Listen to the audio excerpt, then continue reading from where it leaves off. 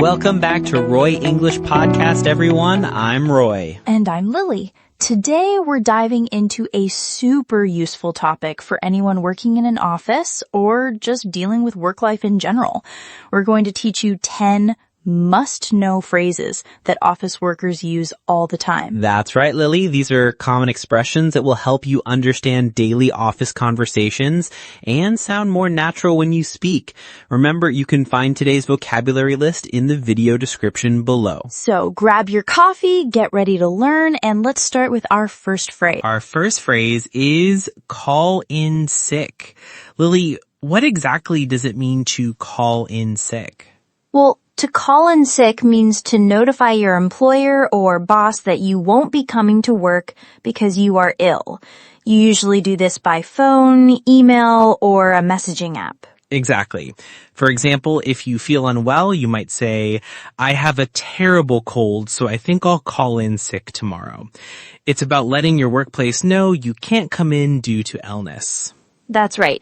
And sometimes people might use it as an excuse even if they aren't truly sick. Like in our second example, she called in sick because she didn't want to attend the Monday meeting. It's not ideal, but it happens. Next up, we have pull a double. This phrase sounds like something from a sports game, but it's totally different in the workplace, isn't it, Lily? It is. When you pull a double, it means you work 2 consecutive shifts, one right after the other, without much break in between. It's often because someone else didn't show up or there's a lot of work. That's right. You might hear the hospital was short-staffed, so the nurse had to pull a double. This means she worked her usual shift and then immediately worked another one. Yes, it can be very tiring. If someone tells you, I'm exhausted because I had to pull a double yesterday, you know they worked a really long day. It's a common phrase in industries like healthcare, hospitality, or any place with shift work. Our third phrase is something we all want to avoid. Burn out. Lily, can you explain what it means? Burnout means to become extremely tired, emotionally and physically, because of too much stress or work. You just feel completely exhausted and unable to function. Exactly. It's a serious condition. For example, working 70 hours a week will definitely make you burn out. It's not just feeling tired. It's a deep exhaustion that affects everything. Yes, it's a result of chronic stress. Our second sentence shows this. After months of intense projects, she felt completely burnt out. It describes a state where you've pushed yourself too hard for too long. Let's move to a more positive phrase. Take a day off. This is something I love doing. Me too, Roy. To take a day off simply means to not go to work for one day, usually with permission from your boss. It's for rest, personal appointments, or just fun. That's right. It's a planned break. So you might say, I'm going to take a day off next Friday to go hiking. It means you've arranged to be away from work. And it's also something you can suggest to someone who seems stressed, like, you look tired, maybe you should take a day off.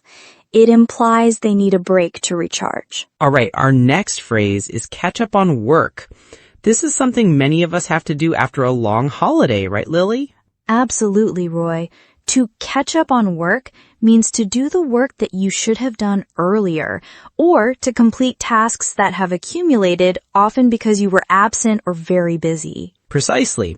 If you've been away, you might say, I need to stay late tonight to catch up on work after my vacation. You're doing all the tasks that piled up while you were gone. That's a very common situation. And it doesn't always have to be after vacation. You could say he spent the weekend trying to catch up on work he missed. This implies he was behind schedule and used his free time to get back on track. Now let's talk about clock in.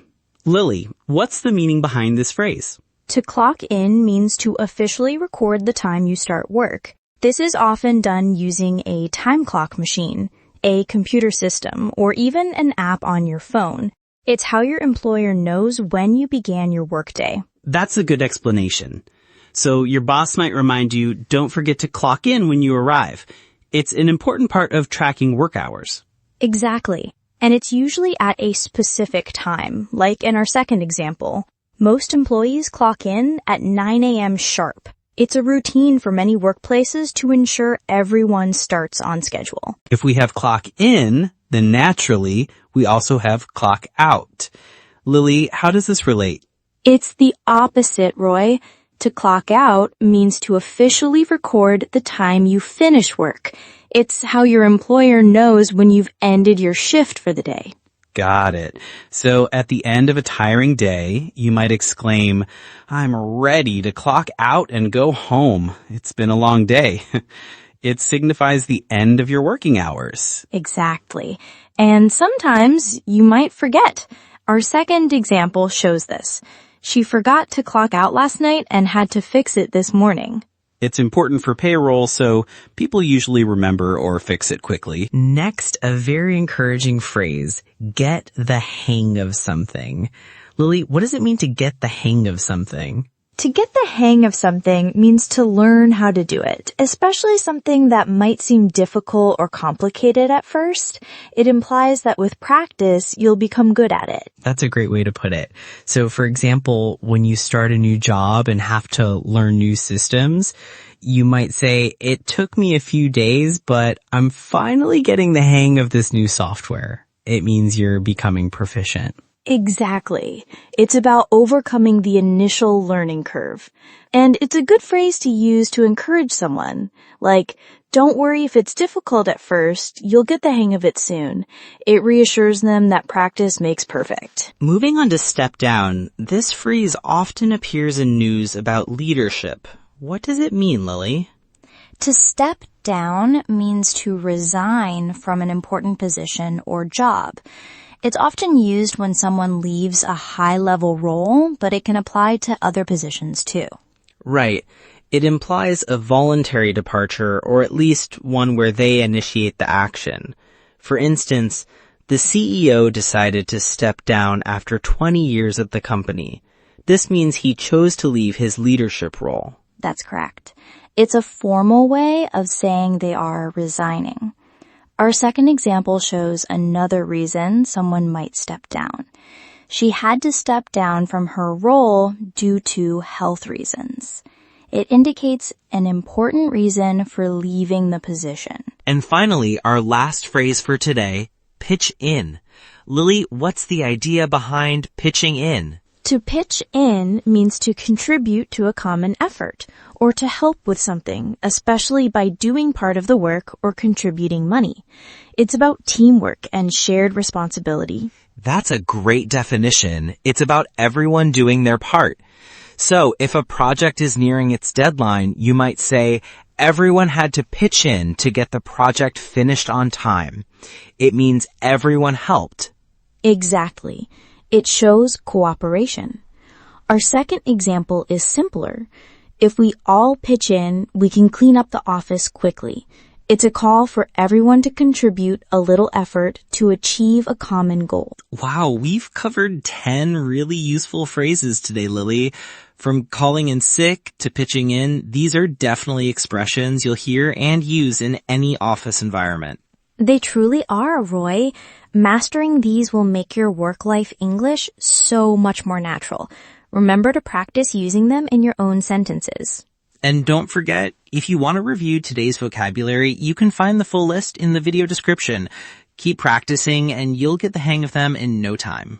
Thanks for joining us on Roy English Podcast. We hope you found this episode helpful. See you next time.